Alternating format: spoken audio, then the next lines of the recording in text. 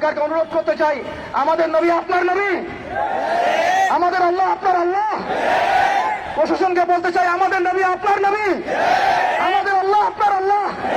আমরা জনগণকে বলতে চাই, আমাদের আল্লাহ আপনার আল্লাহ, আমাদের নবী আপনার নবী। এটা কোনো সাম্প্রদায়িক আন্দোলন নয়, এটা কোনো সাম্প্রদায়িক আন্দোলন নয়, এটা একটা জাতীয় আন্দোলন, এটা একটা জাতীয় আন্দোলন। মান সাব্বা নবিয়্যান ফাকতুলুহু, মান সাব্বা নবিয়্যান, মান সাব্বা নবিয়্যান। ওয়া আখিরু দাওয়ানা আলহামদুলিল্লাহি রাব্বিল আলামিন। আসসালামু আলাইকুম ওয়া রাহমাতুল্লাহি ওয়া বারাকাতুহু। সম্মানিত তাওহীদি জনতা, আপনারা সকলে জানেন যে আমরা কি উদ্দেশ্যে এখানে একত্রিত হয়েছি। আল্লাহ রাব্বুল আলামিনের দরবারে আমরা লাখো কোটি শুকরিয়া জ্ঞাপন করছি যে আল্লাহ রাব্বুল আলামিন আমাদেরকে আরো একবার শাপলা চত্বরে আসার তৌফিক দিয়েছেন। এই শাপলা বাংলাদেশকে ঈমান এবং কুফরের মেরুকরণে বিভক্ত করে ফেলেছে। এই শাপলা বাংলাদেশকে তাওহীদ এবং শিরকের মেরুকরণে বিভক্ত করে ফেলেছে। গত জুমার দিন আমরা এখানে ছিলাম, আমরা কি দাবি উত্থাপন করেছি সেটা আমাদের প্রশাসন সরকার খুব ভালো করেই জানেন। কিন্তু বিগত 7 দিনে আমরা এর বিরুদ্ধে কোন রকম ব্যবস্থা গ্রহণ করতে দেখি নাই। আমরা এখানে তথাকথিত কোনো গণতান্ত্রিক আন্দোলন করতে আসি নাই, আমরা এখানে কোনো ইলেকশন করতে আসি নাই, আমরা এখানে নতুন কোন রাজনৈতিক দল ঘোষণা করতে আসি নাই, আমরা এখানে কোন রাজনৈতিক দলের নেতৃত্ব করতে আসি নাই।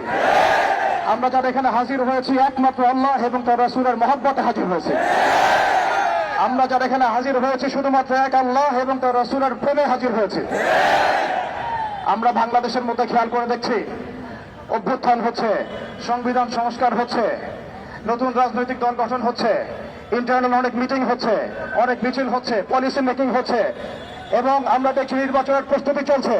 কিন্তু 16 কোটি বাঙালির, 16 কোটি মুসলিম দেশের, 16 কোটি মুসলিম জনতার এই বাংলার মাটিতে সাতমে রাসূলের বিচারের কোনো ব্যবস্থা গ্রহণ করা হচ্ছে না।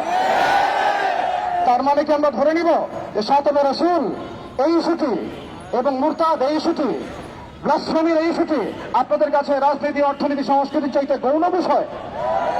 আমরা কি এটা ধরে নিব রাসূলুল্লাহ সাল্লাল্লাহু আলাইহি ওয়াসাল্লামের শানের খেলাফ কথা বলা, তার বিরুদ্ধে বক্তব্য দেয়া, লিখনি স্থাপন করা এবং তার বিরুদ্ধে অবস্থান নেওয়া, এটা আপনাদের রাজনীতি, অর্থনীতি, শিক্ষা, সংস্কৃতির চেয়ে বেশি গুরুত্বপূর্ণ?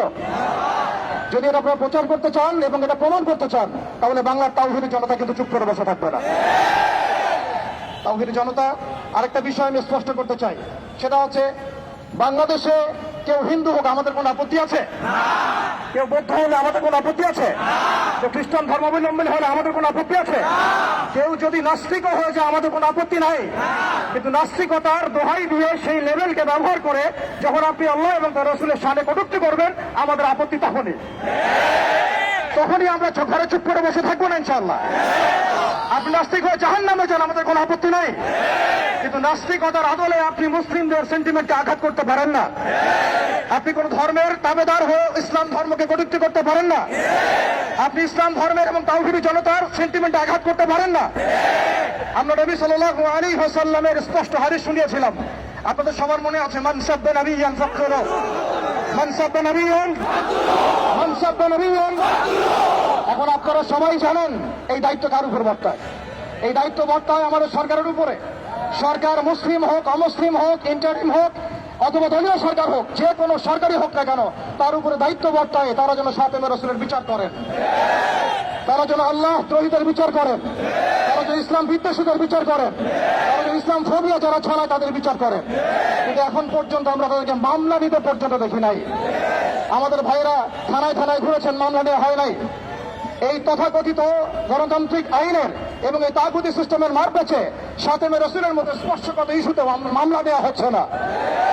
তাহলে কি আমরা এটা প্রমাণ করেছেন আপনারা তাহলে যে তাগুতি বিধান কখনোই সাম্য এবং ইনসাফ কায়েম করতে পারে না? আপনারা নিজেরাই প্রমাণ করেছেন যে তাগুতি বিধান এবং মানব রচিত সংবিধানগুলো, আইনগুলো কখনো মুসলিমদের সেন্টিমেন্টের পক্ষে আসতে পারে না। তারা কখনো সাতমে রাসূলের পর্যন্ত বিচার করতে পারে না, তারা আল্লাহ দ্রোহীদের বিচার করতে পারে না, তারা ইসলাম বিদ্বেষীদের কোনো বিচার করতে পারে না। আপনারা পারেন শুধু দুটো কাজ করতে, এক পশ্চিমাদের তাবেদারি করতে এবং দুই ভারতীয়দের তাবেদারি করতে এবং তাদের অভ্যন্তরীণ দালালদের তাবেদারি করতে। অতএব আমরা আবারও সতর্ক করতে চাই, এই সুস্পষ্ট হাদিসের উপরে আপনারা আমল করুন, অন্যথায় তাওহীদি জনতা শরিয়া আইন বাস্তবায়ন করার প্রক্রিয়ার দিকে হাঁটবে ইনশাআল্লাহ। ইয়া খিলাফ ইয়া শাহাদাত, হয় খিলাফত না হয় শাহাদাত, খিলাফত না হয় শাহাদাত। সম্মানিত তাওহীদি জনতা, আমি অল্প কথা শেষ করব। আমরা এই তাগুতি সিস্টেমের কাছে কোন রকমের আবদার করতে এখানে আসি নাই। আমরা তাগুতি সিস্টেমের কাছে আবদার করতে আসি নাই, বরং আমরা অধিকার পেশ করতে এসেছি। এটা আমাদের কোনো দাবি না, বরং মৌলিক অধিকার। আমরা আপনাদের কাছে দাবি নামা পেশ করতে আসি নাই, আমরা আমাদের মৌলিক অধিকার পেশ করতে এসেছি। প্রিয় তাওহীদি জনতা,